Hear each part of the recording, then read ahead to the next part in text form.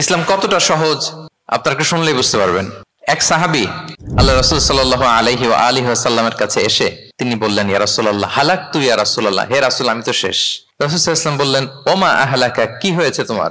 তো সে বলে, ওয়াকাআতু আলা ইমরাআতি ফি রমাদান, আমি তো রমজান মাসের দিনের বেলায় আমার স্ত্রীর সাথে মেলামেশা করে ফেলছি, একেবারে ফাইনাল মেলামেশা, আমার সিমেন আউট হয়ে গেছে বডি থেকে। এজন্য সে অস্থির হয়ে রাসূল সাল্লাল্লাহু আলাইহি ওয়াসাল্লামের কাছে এসে, ইয়া রাসূল আমি তো শেষ, আমারে বাঁচান, আমারে বাঁচান। আমি আপনাদেরকে বোঝাচ্ছি হচ্ছে ফ্লেক্সিবিলিটি, ইসলাম যে কতটা ফ্লেক্সিবল এটা আগে মাথায় রাখেন, যে what is the essence of flexibility in ইসলাম।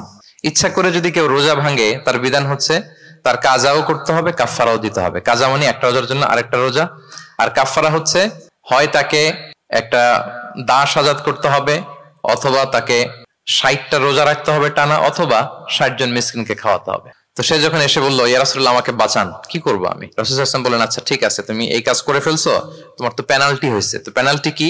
তো বলে যে, রাসূল সাল্লাল্লাহু আলাইহি ওয়াসাল্লাম বললেন যে তুমি একটা দাস আজাদ করে দাও। বলে, ইয়া রাসূলুল্লাহ এই সক্ষমতা আমার নাই, আমি দাস আজাদ করবো কোত্থেকে?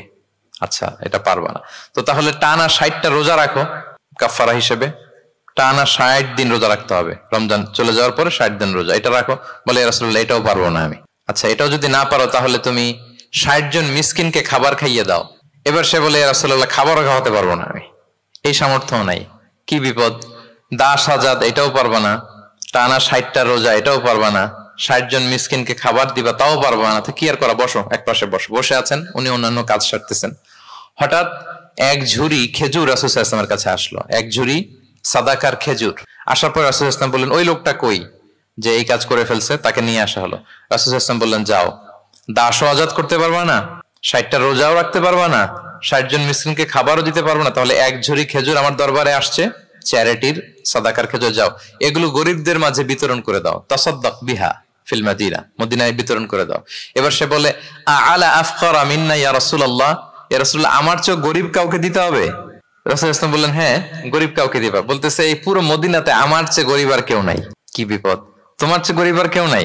বলতেছে, আমি সবচাইতে মদিনায় গরিব। বলতেছে, তাহলে কি আর করবো, নিয়ে যাও বাসায়, তুমি আর তোমার ফ্যামিলির সবাই মিলে এটা খাও। চিন্তা করেন, আসছিল পেনাল্টি দিতে, নিয়ে গেল এক ঝুড়ি, কথা বোঝা নাই, নিয়ে গেল এক ঝুড়ি খেজুর।